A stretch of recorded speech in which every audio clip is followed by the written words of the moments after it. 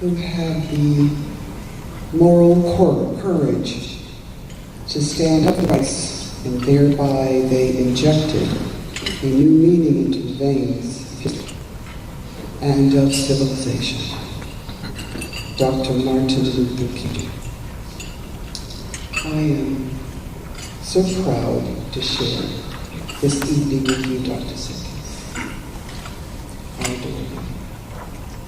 Every time that I am in your presence, I seek silence. I don't want to miss a single word that you might say.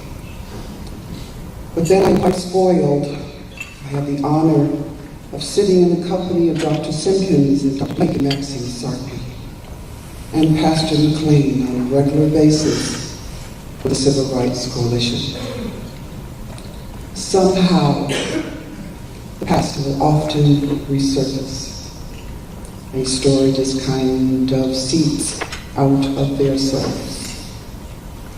A broken heart of memories will just kind of break wide open. I know that grief does not have a statute of limitations. They are all the stories of my people, our race, our culture, our climate, the personal history of the voices that stood for the free lives that we live today. You will get to where you are going by remembering who you are. I learned from you that nothing you faced had the power to defeat you, and that there is enormous grace and the memory of the heart. This evening is a reflection of this powerful man and a few other gentle giants who truly transformed many lives in our world by how you love and how you live. There's so many things about your life that speaks to my heart, but I'm often reminded of how hard you worked on voting rights. As a race, we each have ancestors who did not have the right to vote, those who died for the opportunity to cast a vote. You're such a kind man, Dr. Simpkins. The civil rights world that we are a part of will always include the words of hope and civility, because we know that words carry great weight, that words do matter. Then I thought about today, and this room. What can I say about civil rights in our community today? What? I am inspired by the voice of people in our community, in this room, that reflects civil rights movement today.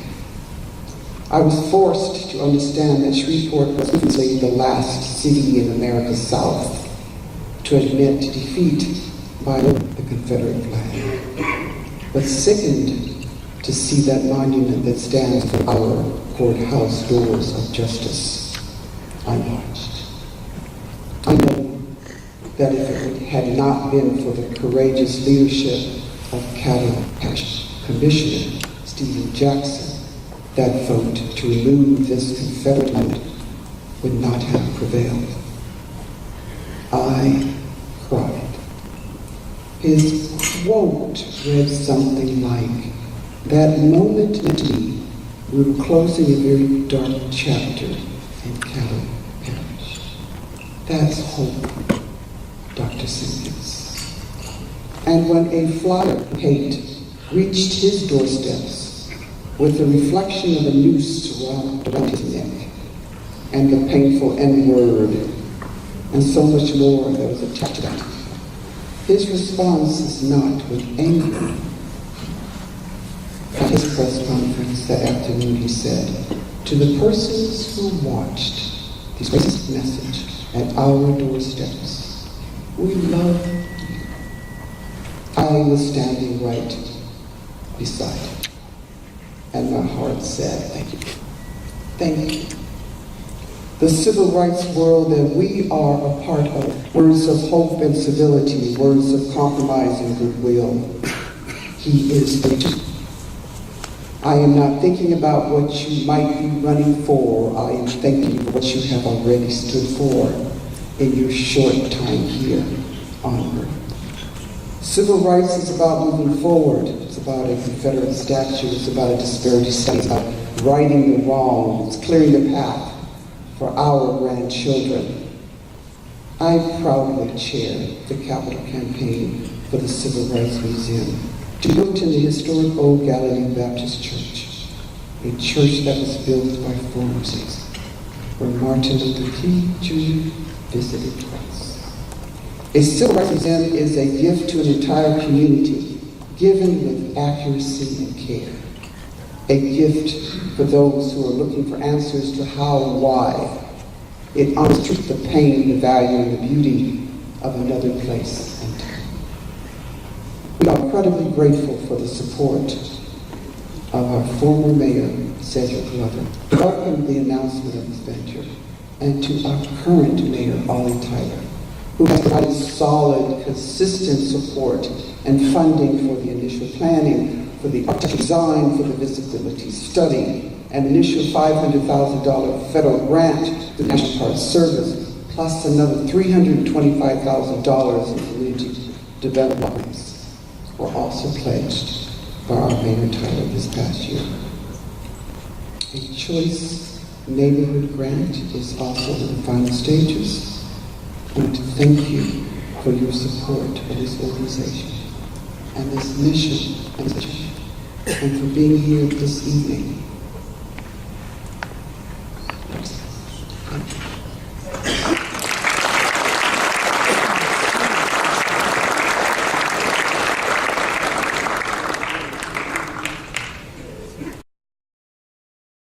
Dr. Simpkins is a national treasure, first and foremost. I grew up in Mansfield, went to the school there. It was a segregated school. Well, my father told me to be anything he wanted to be. He said, I'm with you. Be a bootlegger, make the best whiskey. Preacher, preach the best sermon. Be a dentist, be the best dentist. I chose dentistry. The question of what Dr. Simpkins has meant to this community is a lot more complex than you might think, because there is an enormous amount of good that is not attributed directly to him, but it would not exist without him. He can walk into any room and not know any of the people there, but he walks in and he goes, "Hi, how are you?" And he comes from here. He was a very close friend and ally of Dr. Martin Luther King Jr. He was the reason that Dr. King came to Shreveport on 2 occasions. I was in Chicago. I met Martin Luther King at a church meeting. Then I invited King to come here to speak at Galilee, to spread the word, to spread the good news. Dr. Simpkins and Dr. King were really like 2 peas in a pod. Well, we were good friends. Did a lot of good things together. Dr. Simpkins was right in the middle of voter registration, making sure that people that wanted to vote could vote. So that's what I did. I got busy with voter registration. But then that thing turned around. They began turning people down. Blacks were subject to Jim Crow laws, and Jim Crow laws were designed to exclude a certain segment, depending on where you were, from voting. And they were ingenious things. Some of them today almost appear as a joke, but they were anything but. Asking crazy questions about how far is up, how many bubbles in a bar of soap, a lot of crazy stuff, and then turning you down. So the Jim Crow laws used a lot of different ways to keep you out, and Dr. Simpkins is one of the folks who came forward and said, yes, this is wrong. But it took a toll on me. Living like this, homes were blown up. We had dead cats on the lawn, windows broken, the crosses burned. They sent the undertaker to pick me up, said I was dead, all kind of things. My children heard this thing too. He and his wife and kids were threatened. It was a bad time. The 2 important things we needed to know, love and forgiveness. And true forgiveness means it never happened. Love means that you love everybody, even in spite of themselves. If you don't have the right to vote, your voice doesn't matter. You might as well never have been born. In many cases, he has been the voice of reason. When I ran for office, we desegregated the ballpark. We told black people to stop going and cut the profit down. We fought everything that was unjust.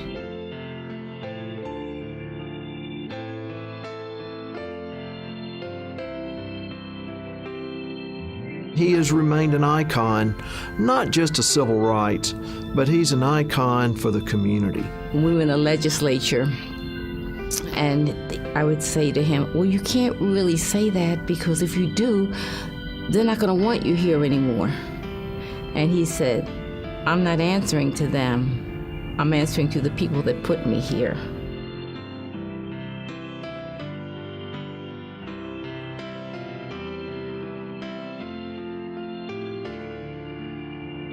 It's more than worth it. I didn't expect the change to be this gratifying. It's the greatest thing that happened in my life. Shreveport would not be Shreveport as we know it today, specifically without him. He is kind beyond a fault. He is highly intelligent. He is articulate. Caring, a great listener, and always having a smile. I don't know which of those is my favorite trait about him, because they all make up the man that we know as C.O. Simpkins.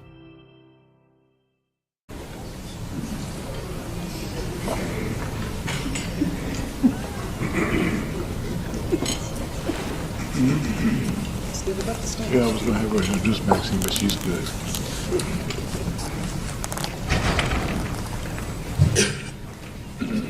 Well, I'm back in the saddle again.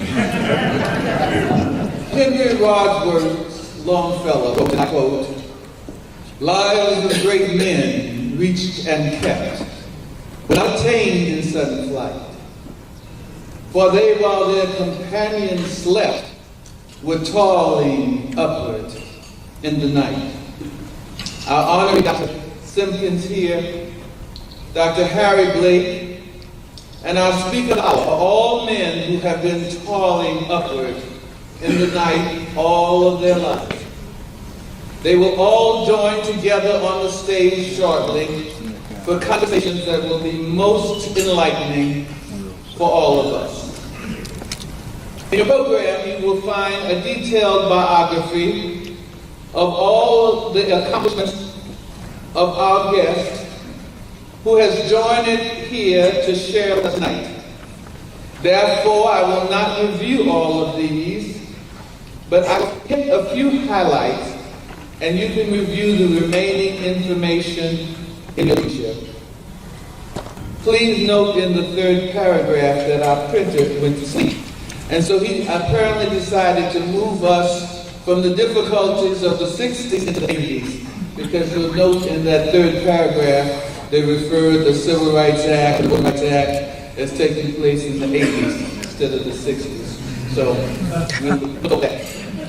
I don't have to review all the remaining information on our speaker, because I had an aunt, my father's oldest sister, who kept my whole family abreast of every time our speaker made another milestone in his life.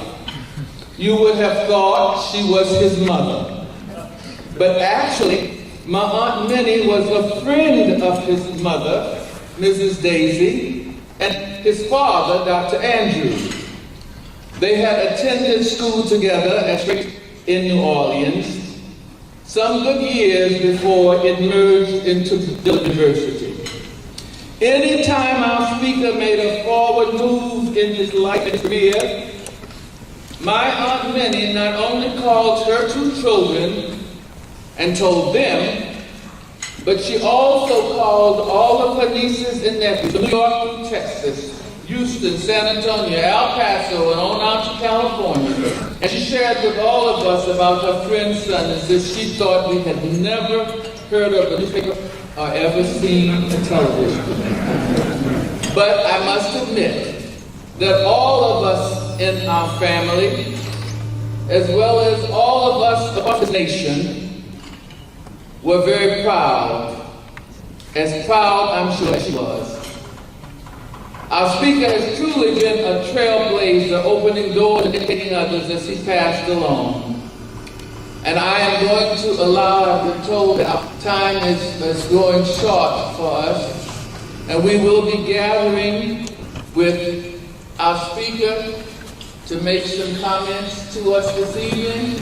And then we will also have on the stage with us Reverend Harry, Dr. Simpkins, and they will be reminiscing over some of their activities and some of their participation in the movement with us tonight. In 2001, our speaker of the evening also served as president of the National Council of Churches. In 2003, he founded the Andrew Young Foundation to support and promote education, health, leadership, and human rights in the United States, Africa, and the Caribbean. He has authored numerous books, and they are all listed, some of them, not all, but some of them, in the program of the evening for us to review. So, pardon me for a moment.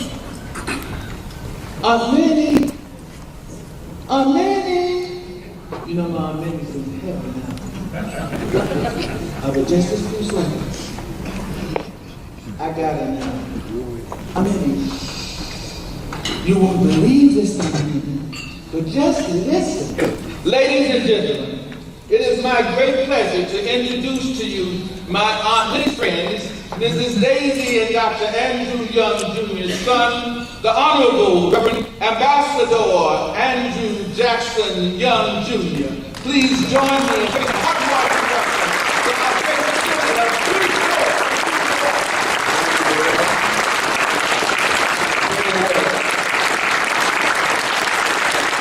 of the last quarter of Alabama and LSU. So when they told me to kind of keep my remarks brief, I need to keep them brief, but I'm not going to say, I'm going to say some things different because I've never quite seen in Louisiana, no piece that looks this good, that something is happening here, and it's good. My father grew up in Franklin, Louisiana. My grandfather had several kinds of engagements with Huey Long when he was governor. W.E.B. Du Bois said that there were 27 black millionaires in Louisiana before the Civil War. We've never been peaceful people here. And it bothers me that young people feel like they got it bad. They got a hard time. I grew up in New Orleans with the Nazi party on the corner. 50 yards from where I was born, Italian bar on one side of the street, Irish grocery store. I'm in the middle.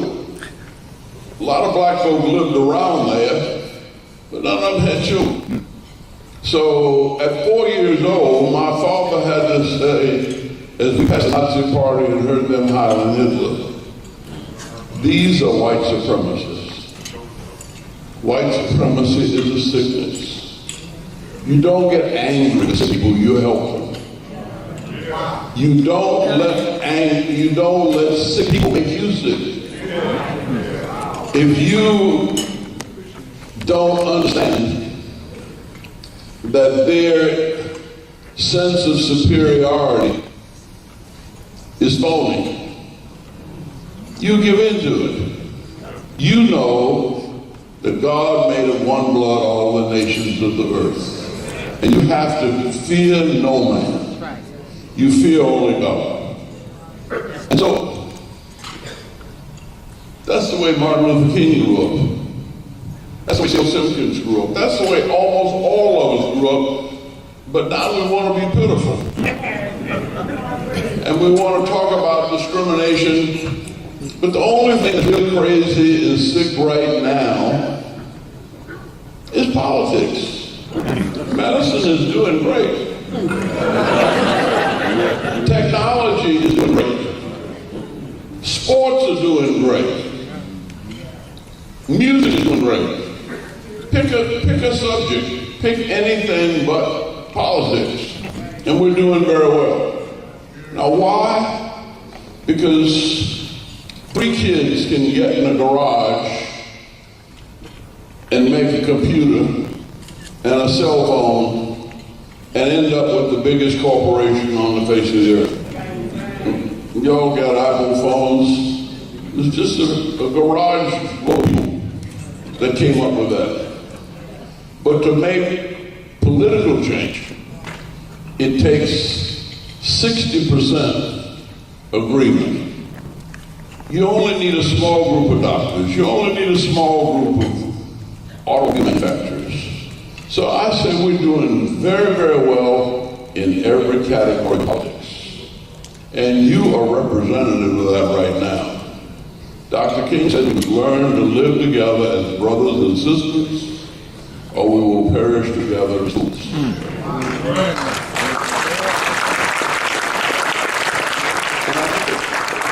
I don't think that, I never thought of myself as a hero.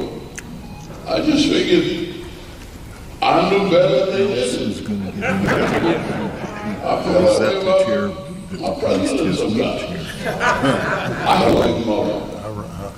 I had aunts and uncles that made me feel important and taught me how to respect women.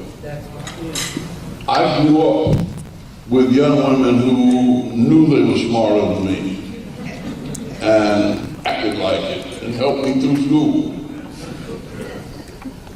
My president didn't seem to have that growing up. That's not his fault. But that's why politics, but not a majority. The majority of people did not vote that way. But there were many, many people who, because of the frustrations in their own lives, voted for somebody that they thought could give them a quick and easy answer to lifetime insoluble problems. Now, one more sentence and then I'm done. When these 2 men helped to organize the Southern Christian Leadership Conference, I was in New York working for the Council of Churches. They came up with a slogan to redeem the soul of America from the triple evils of race, war, and poverty. Now, I would contend that your presence here indicates that you don't have much of a race problem, period, or you wouldn't be here. We're not at war anywhere in the world. And one thing I give President Trump credit for is I've been to North Korea. I got an honorary degree from Korean University and did that commencement of their 120th anniversary last year. And it was the 120th anniversary of a Presbyterian college.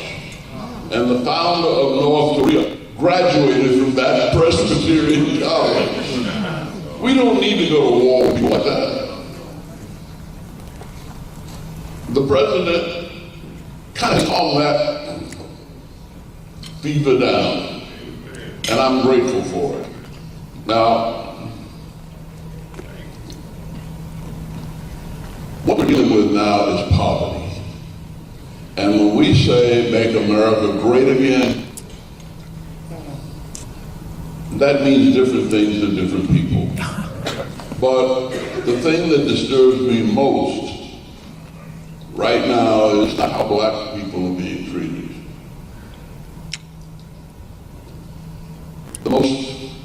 The only group of people who are not living longer now than the previous generation are white males make less than $50,000 a year between the ages of 40 and 60.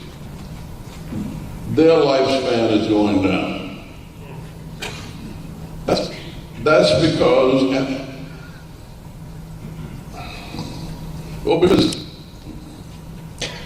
they thought they were getting something when they got coal.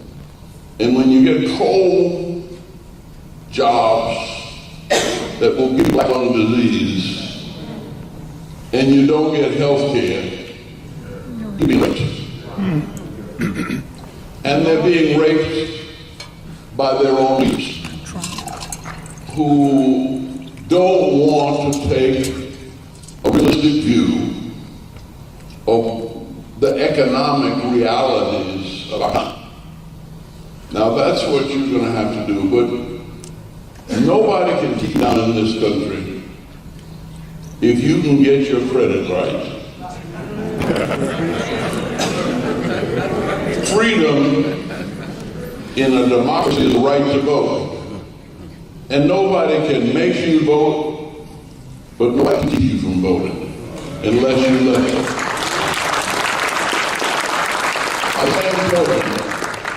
I don't care how much education you have. I don't care who your dad is and your mama is. If you don't have a 700 credit score, you're in outside. You can't go to the bank and borrow money. The fellow who taught me that taught me because he learned the first car he bought, he paid 19% interest on it because he had a 400 and something credit score. The last car he bought, he got for 1.2% interest because he's got 800 credit score. You can move your credit score from 400 to 800 in a year or two. So just like Frederick Douglass taught himself how to read and said, quoting his master, don't ever let a nigga know how to read. Because if you teach him how to read, you can't explain it. Read some of the writings of Frederick Douglass. So, but he was also the founder of the Freedmen's Bank, and that he and President Lincoln formed together. 3 days after the formation of the Freedmen's Bank, President Lincoln was assassinated because a freed slave with 40 acres of mule, or even without a mule, and access to credit would have taken over this nation. And so we're in a struggle, but we don't have to be pitiful, and we don't have to cry about injustice. We have to work together, brothers and sisters, and not perish together.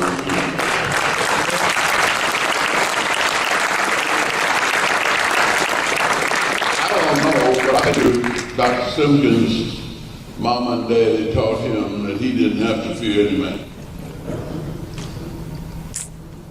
Dr. Blake stood up in the church and got beat up, drove horses in his church to disrupt the worship service. But it didn't stop him from preaching. He preached stronger, and he preached on until he's retiring tomorrow morning. When he and the Lord decide it's time for him to take a rest. So we're here because we were born blessed. And it doesn't matter what color we are. In fact, I mean, we 2-3 different colors. We're all colors. But I'll tell you what,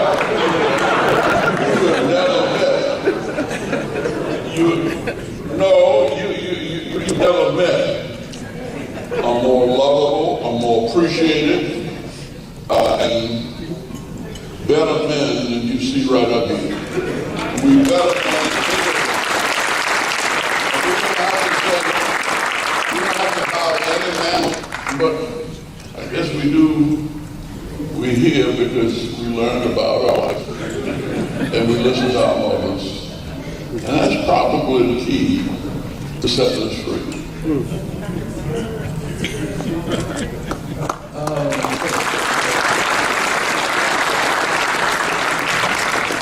wonderful, how wonderful remarks, Ambassador. Dr. Simpkins, Reverend Harry, what do you have to add to what Ambassador has said? My mic is not working. Yes, it is. Yes, it is.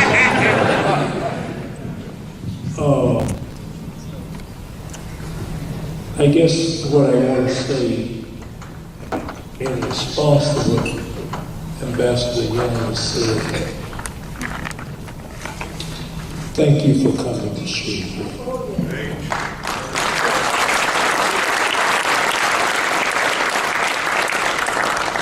Thank you to the persons who made this possible.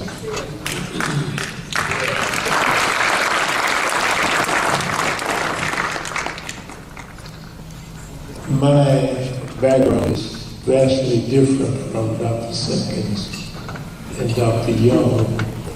I was born and reared and lived on a plantation until I finished high school.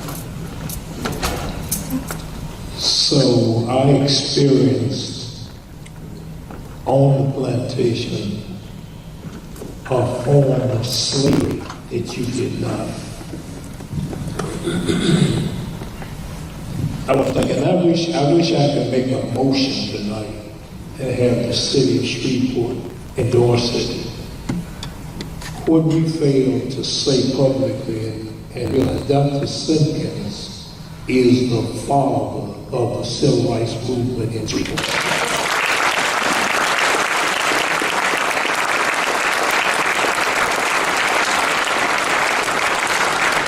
I believe this day has been a long time, but it's here. Thank you for what you did. I would not have met Martin King, though he spoke commencement of my graduation at college in 1959. Dr. Simpkins introduced me to him March 1st, 1960. I was hired as a field representative. March 1st, I was arrested for the first time, October 12th, I believe, 1960. There was an attempted assassination on my life. And I got right through Dr. Young. It was not at the church where I pastored. It was at Dr. McLean's church. Of course, the church I pastored was on such a high hill, he couldn't roll horses on that.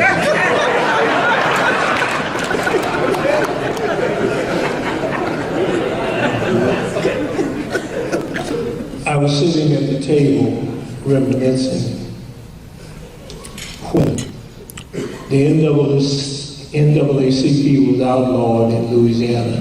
It was Dr. Simpkins and pastors and other persons who met and organized a group called United Christian Movement and carried on the same work that the NAACP carried on. Many of you do not realize in the 50s, a group of pastors, the late Dr. Redlich, A.L. Scott, and others, rode the buses in Shreveport, and that was led by Dr. Simpkins. I do remember, I hate to admit this, I never participated in a march because Dr. Simpkins had me organizing it. Never sat in a lunch counter. I do remember this. I was arrested, Dr. White Walker and I were arrested in Shreveport, kept in jail for I don't remember how many days or hours on a mental observation. And Dr. Wyatt said I had not been cleared of that charge yet. So if I could make a motion and get it done, that Dr. Simpkins be officially known as the father of the civil rights movement. I second the motion. All in favor?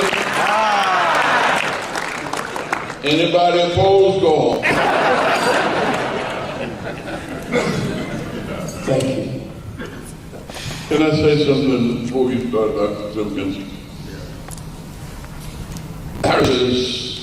It was a disadvantage growing up on a plantation.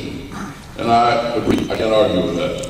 But Dr. Mays, president of Morehouse College, grew up on the Chickasaw plantation. And one of his leadership tasks, and he picked Martin Luther King and Maynard Jackson, because they were privileged kids. And one summer, they had to spend a summer on a plantation in Connecticut, working in the tobacco fields, crawling in the dirt under 3 for shade-grown tobacco. And he made Maynard Jackson 2 summers. Because he had this feeling, if you're going to lead people, you have to know the life that they have led. That's right.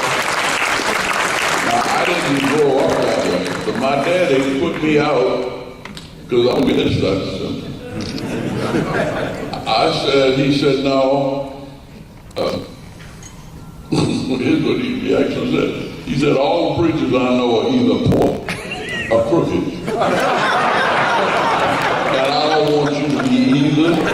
So if you're thinking about preaching, I'm through. If I'm through college, you're on your own. And so I ended up having wash dishes, clean floors. I had 4 jobs to get through seminary.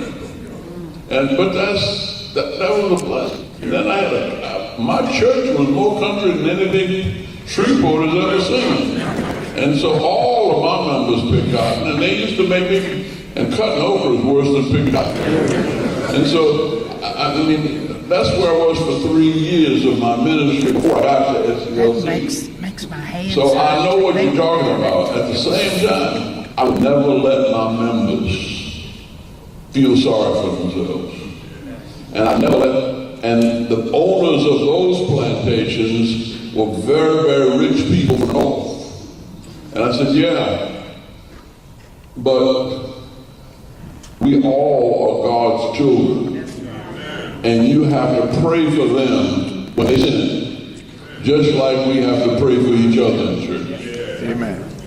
Unfortunately, I lived on a plantation, but I didn't let the plantation get in. That's right.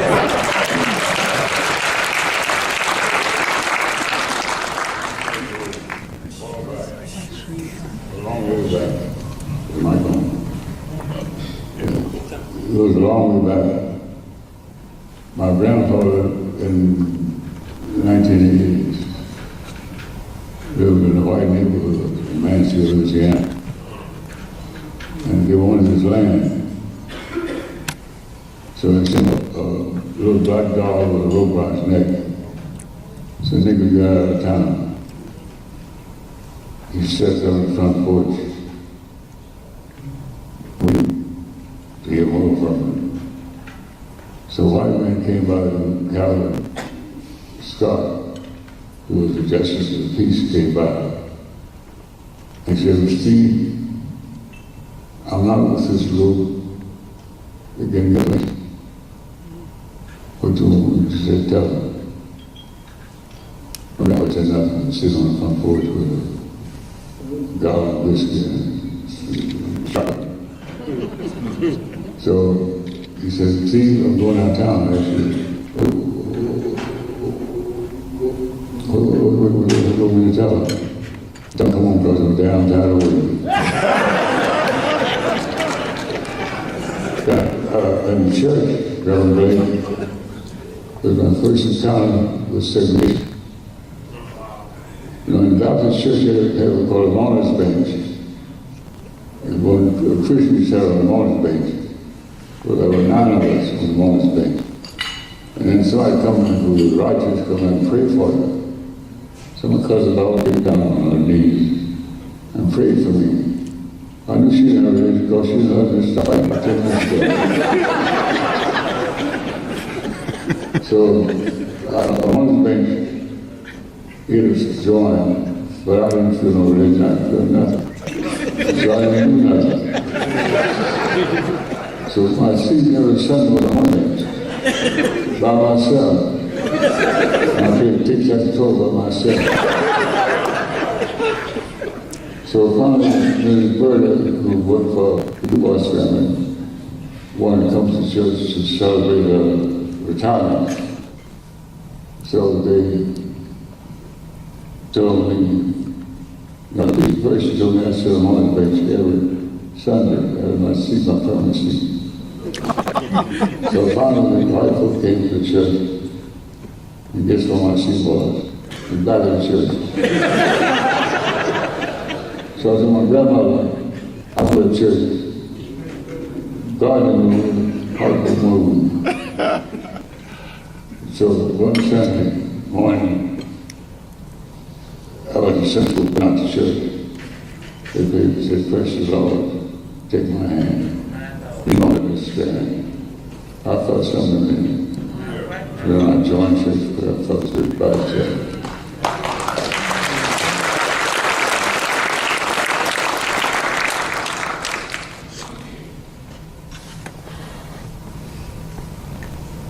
Oh, this is just such a delightful evening to be in the presence of each other and to be able to.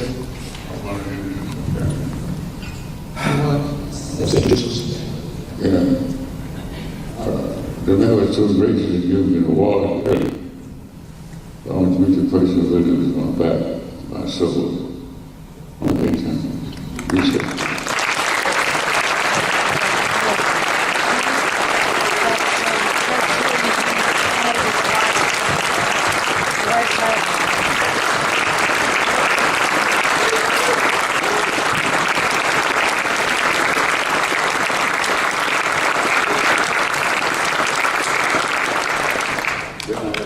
Also, my oldest son, who's a surgeon,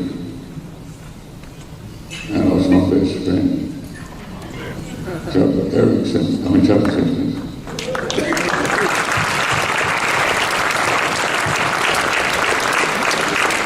And I have another son, Eric. No, who's the guy new next?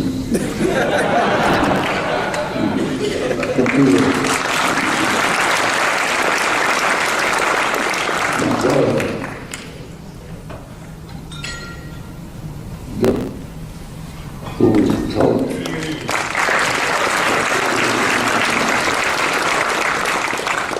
she's not retired. And I got somebody that told me it should be my last story.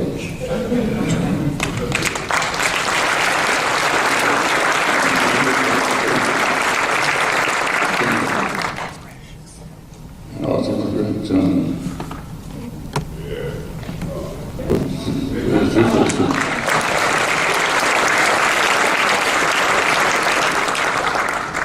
All came to help me out and to see those bodies and make this a better place. Thank you for recognizing them. Thank you.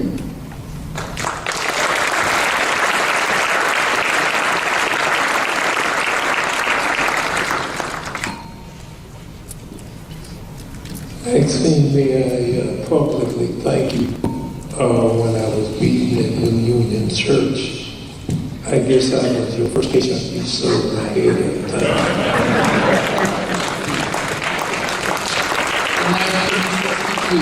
After 2 weeks in Shreveport, Louisiana, I attended services, my husband and I, at the Union.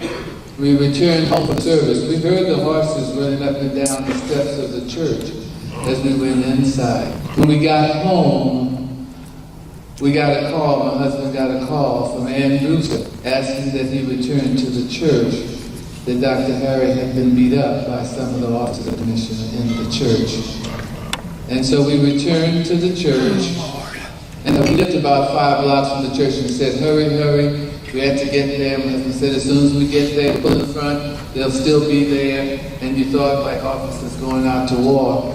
We got there, they recognized us getting out of the car. The commissioner called and said, "Where do you think you're going?" And my husband said, "I've been called in to treat Dr. Harry Blake."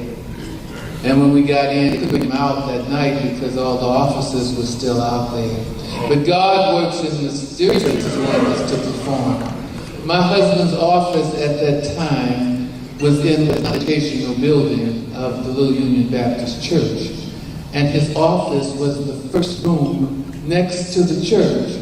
And so some of the members gathered with my husband and I, and I'm a nurse just coming from the University of Texas where I was teaching nursing, went right next door to the office and gathered up all the material and instruments and sutures that we needed and went back into the church to stitch up Reverend Harry's head. He had 8 lacerations in his head.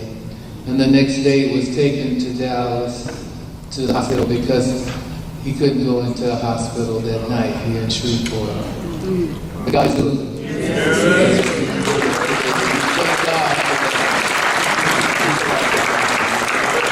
At this time, we also have a very important gentleman asked to come to speak some words to us. And he is the co-sponsor for this evening and the president and CEO of the Willis-Knighton Hospital System. Mr. Elroy, would you come forward?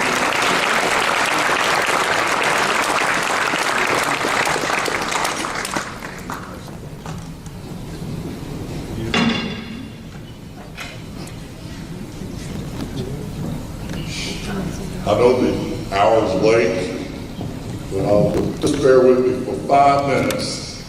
I really have a message from my heart and my wife's heart about how much we love CO and Simpkins and what they meant to not only our lives, but the lives of thousands of patients that have no idea of what they have given in service to this community. They truly have been great custodians of God's money, you might say. Most people in this world go about their daily life and activities never pause to reflect on history of this world or their community. Because for many people, history is just something you read about in books or see on History Channel. Few people can claim that they were part of a historic event that changed the world and made it a better place for all mankind. But tonight we honor a talented and caring and truly talented wife who can truthfully say he was part of history and that this world is a better place for his actions. Dr. C.O. Simpkins' love for others, coupled with his willingness and courage to peacefully work to right injustices, have changed hearts in our community. When he won a seat in the legislature, he demonstrated all the kind of character, the commitment and fairness that was needed to enhance the health and well-being of our state and North Louisiana in particular. His intellect, reputation, and sense of integrity and fairness, coupled with his willingness to speak out against injustices, brought him even greater respect from both sides of the aisle of the legislature as he fairly represented all of us. Few people ever have the blessing of claiming dear friends in their life that the likes of Dr. C.O. and Alexa as it relates to our family. Margaret and I cherish our special relationship with this wonderful couple. Whether visiting their home or farm or traveling abroad together or going out to dinner at a local restaurant, we share a special bond of friendship seldom found in today's world. They're our brother and sister in every sense of the word. We're such good friends, and I once told C.O. that I listed him as one of my pallbearers. His laughing retort was that he had every intention of living long to fulfill my request. Well, at least he didn't say he's looking forward to it. Like C.O. If you've ever been to dinner with C.O. Lane, you already know that you have to plan an extra 30 minutes time for dinner while so many of the people in place come over to greet them and thank them for their empowering efforts on their behalf. I was going to say this, but CO Elaine said it'd be okay to tell you to relax because of our Baptist upbringing. I'm not going to tell these people about our shared affinity for good food and drink. It's only clear to me that CO, as a crusader for human rights with Dr. Martin Luther King Jr., and later as an elected state representative, has a love for this community and clearly its needs. He's effective in his efforts for people because he is honest and trusted, yet outspoken. You never wonder where he stands because he's not playing games and he's not making deals for personal gain. This fact is reinforced when we at Willis Knighton were identifying areas in our community that were medically served with the goal of improving our citizens' access to quality and affordable care. The Cooper Road area in North Shreveport was the largest one of these areas with the state's highest cancer death rate in Louisiana. Why? Lack of detection. Lack of numbers of doctors and clinics and equipment to actually diagnose cancer at an age where you can still treat it and not lose that level.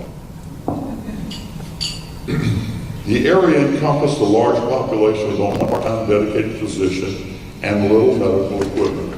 A very dedicated doctor did his best. He was up in his late 80s and still working part-time. People in transportation were forced to take long bus rides with multiple transfers to access health services in town at the LSU hospital. When Dr. Simpkins learned Willis Knighton was going to improve health care in this area, he reached out to me to present his idea of a clinic there. Unprompted, CO and Elaine came forward to offer their most valuable land at the intersection of now Martin Luther King Jr. Drive and Shreveport Blanchard Highway, immediately adjacent to Southern University. Instead of offering to sell their property, they said that they'd donate the property to Willis Knighton would build a medical and dental clinic and community center on it. Our mutual dream opened in 1995.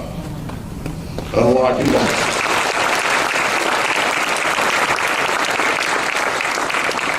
it's special to me because I have a picture in my office of my mother, who was there wearing a t-shirt that said Project Neighbor Health, and that was her last appearance before being unable to communicate with any of us. It's special, very special for me.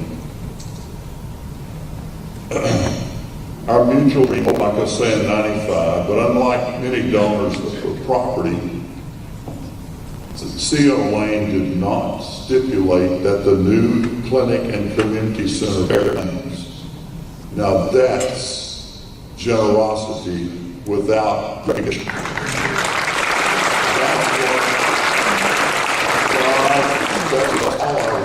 Expects of us, for our fellow man, not to have their names on everything that we decided we were going to give a few bucks for. Through their willingness to share their financial, God bless this effort that today numbers 11 clinics throughout Northwest Louisiana and one in Arkansas. Last year they treated 35,000 and 40,000 patients, Medicaid and uninsured, and no one is ever turned down for care because they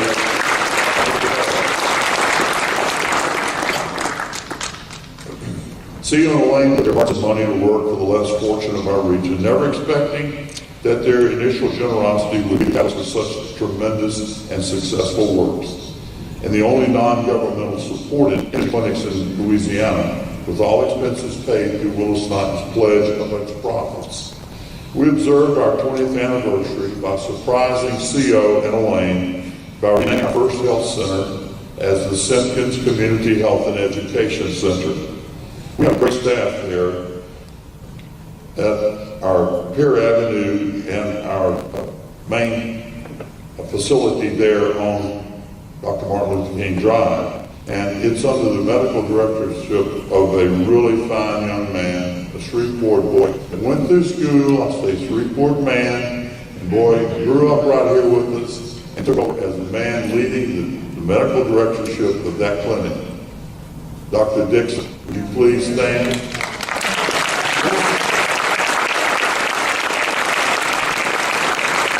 This doctor could have gone almost anywhere he would choose to go. Duffy, you know what I'm talking about there. There are a lot of openings, in healthcare. He could have gone anywhere he wanted to practice medicine and made a lot more money. But Dr. Dixon is there because he has heart of people that he sees every day. Listen, also, we have some other clinics that have been developed and are springing forth from all of this success. And that is, we have, with the support of Dr. Bocchini, I have to mention him for sure, and LSU PI department. We also have 4 full-time pediatricians at our Holly Street clinics and 5 part-time pediatric specialists at our Elizabeth clinic. Through this generous gift of land, the Simpkins have, as the poet said, planted seeds of trees under whose shade they may never sit, but which will continue through the years to enhance the lives of thousands of patients. As a dentist, CEO, an Air Force veteran, I had arms, I also am wearing the United States Air Force lapel pin, and in fact, I think CO outranks me. We were both captains, but I think he was a little ahead of my time, so he got the time in rank and grade. So, and also as a civil rights pioneer, public servant, most importantly, a Christian with love in his heart. He and CO and Elaine have shown what can happen when good people step forward to serve their neighbors, and they didn't want recognition points. As the Bible reminds us, all good things work together for those that love the Lord. In ending, CO and Elaine will always be cherished in the lives of all of us who know and love you, and thousands of whose lives you have touched in so many wonderful ways. You may not have known them, but rest assured, those you have helped will always remember and appreciate you for what you've done for them. All I say from Marty is, CO and Elaine, thank you for this just being you.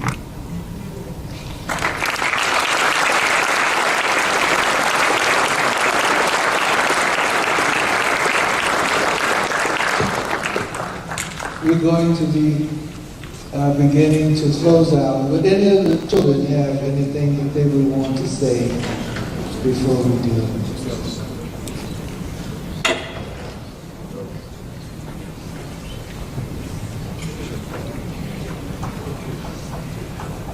I want to thank everyone for coming here. Taking to a child's point of view, growing up with my SEAL system of college. As a physician now myself, I can really appreciate that he was a busy, very busy dentist. There were people standing up and all the time. He worked till midnight. He was a man whose life was threatened, whose career was threatened. And as a physician, I know what that's all about, losing a career. He had other obligations. They didn't know. We stay up all night listening to jazz and playing checkers. He never let me win either. I had to really win. But he always had to. One of the things that segregation did was to try to make you feel like you were nothing if you were right. And I remember when he got me started in science, took me to a pond, bought me a microscope. And he got some pond water and some dry ice and put them together and said, wait 3 days and you're going to see paramecia. And he showed me his zoology books from college, what Paramecia were all about, and so forth. And I was fascinated with science after that. And today we have a biotechnology company that stems from that interest. We knew it was something. All right. We knew it was something. So I just want to say that, be very brief. I think that's the most important. I'm so blessed to have had it. I remember one other thing I want to say. I remember when I found the dead rabbit. It was a rabbit. You made a speech in church. You said that if God could take a jackrabbit and take care of me. The next day, there was a jackrabbit with a hose in my arm. And I found it. And I think you thought I was too young to understand what that meant, but I understood. And we said, since your son's going to bury it, so somebody gave us that. But I understood. But I also understood, you said something, get your guns. But they came to us, out of Vista, and I had to get my guns. I was part of self-defense. My sister Debbie could shoot, I could shoot. Because my father also said one thing, that violence works best when you have a gun.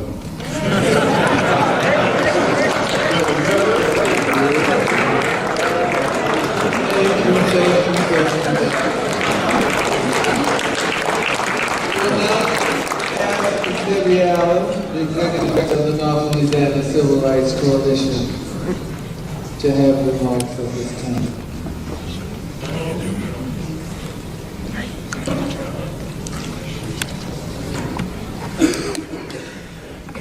What's the call? So what does everybody got? Was not enjoyable.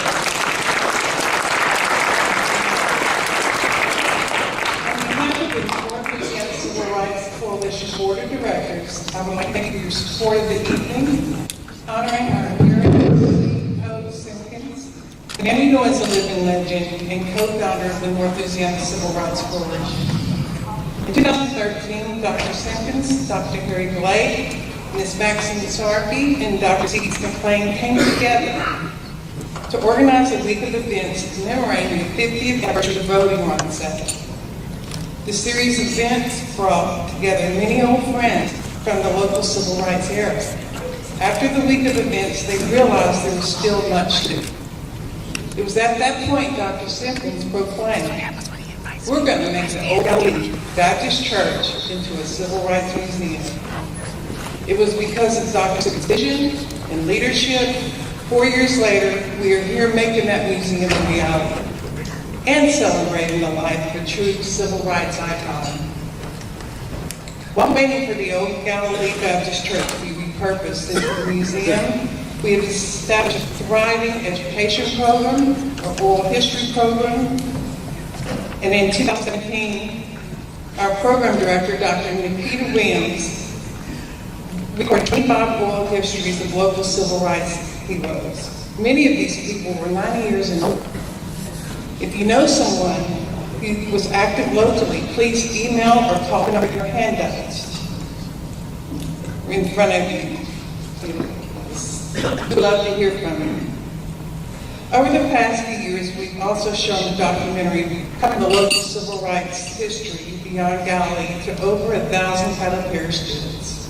Presently, we're in the Title I schools now, educating our children on local civil rights history. I hope this evening has been as meaningful to you as it has to me. Again, thank you for your support, and now I'd like to acknowledge our event sponsors, the Louisiana Health System, Dr. James Elrod, Ambassador Andrew Young, Dr. and Dr. C.O. Simpkins, family and friends, the Caddo Parish Commission, the City of Shreveport, Ivan Smith Furniture, the Caddo Parish School Board, Caddo Parish Teachers Federal Credit Union, Heavenly Gates Funeral Home, Bendel Funeral Home, the Committee of 100, Havertys Furniture, the Liberty Baptist Church, Mount Canaan Baptist Church, Nation Services Incorporated, Attorney John Settle, Side 5, Alpha Phi, the Christus Health System, Divine 9, Sweco AEP, Dr. James Holt, ZOE Architecture International, and Misha Farrell Architect, and grants by Beard Foundation, the Caddo Parish Commission, and the Shreveport Memorial Library. Thank you again, everyone. And we all love you, Dr. Simpkins. Oh, and also, on that front out, I'd like to acknowledge the North the Civil Design LLC. Thank you.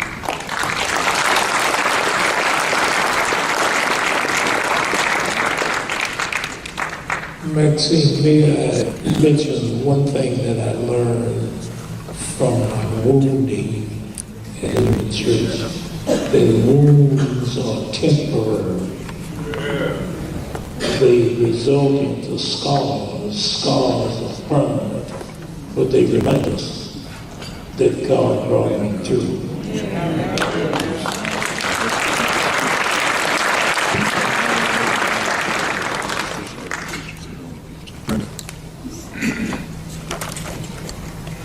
Please, another round of applause for our honorees.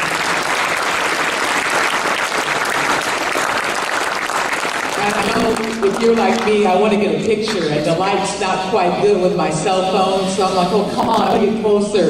Well, after the program, you can come up here. You guys are going to stay there, right? You move around pretty quickly, Dr. Blaine. You be right there?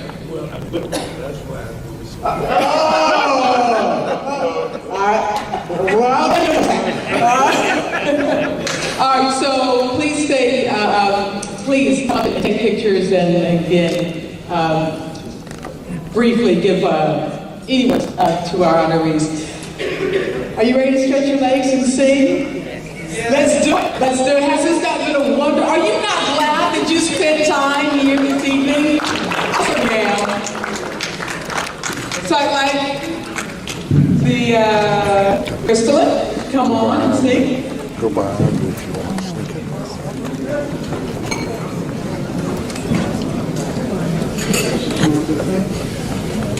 We shall overcome. We shall overcome. We shall overcome someday.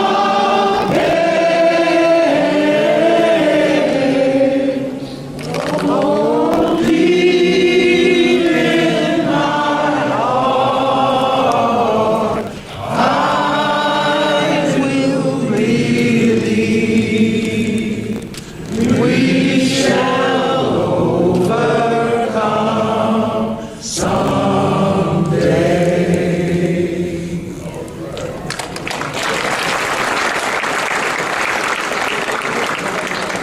That's a wrap. House of Elegance, welcome elegant.